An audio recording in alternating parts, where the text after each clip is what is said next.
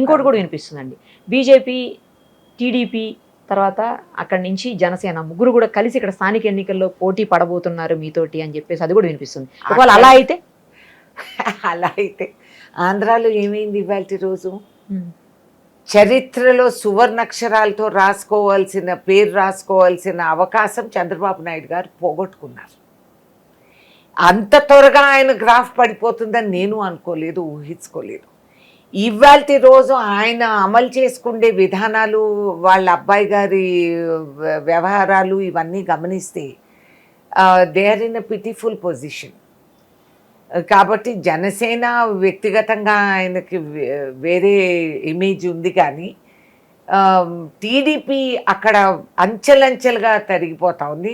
అసలు మనుషులకు కలవరు, ఫోన్లు ఎత్తరు, అపాయింట్మెంట్స్ అవ్వలేదు. వాస్తవంగా నిజంగా క్వాలిఫైడ్ వాళ్ళని ఏ సిద్ధాంతం పైన నందమూరి తారక రామారావు గారు 9 నెలల్లో ఒక పార్టీని స్థాపించి ఆ రోజు చదువుకున్నోడికే నేను ఇదేను క్వాలిఫైడ్ వాళ్ళకి మాలాంటి అనామకులకి ఆయన అవకాశం ఇచ్చి ఇవాళ వరకు ఆ పార్టీ ఊపిరి పీలుస్తూ ఉందంటే అది ఓన్లీ నందమూరి వేసిన పునాదులు. అది మర్చిపోయి ఇప్పుడు ఏదో కొత్త కొత్త విధానాలు అవలంబించి నువ్వు బీజేపీకి అంత ఒత్తాసి యావత్ సౌత్ మేము హిందీ ఒప్పుకోము అని చెప్తున్నారు.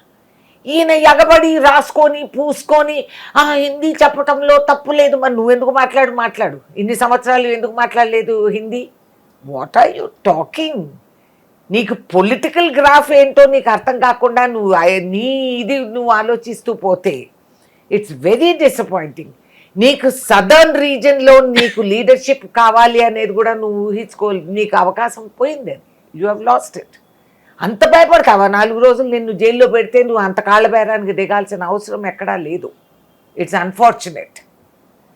ఇది అనవసరం కూడా. అదే leadership is when the chips are down that you will stand up. ఆయనకి 400 పారు ఏదో పారు అది ఏమీ అవ్వలేదు, ఆరు లేదు పారు లేదు.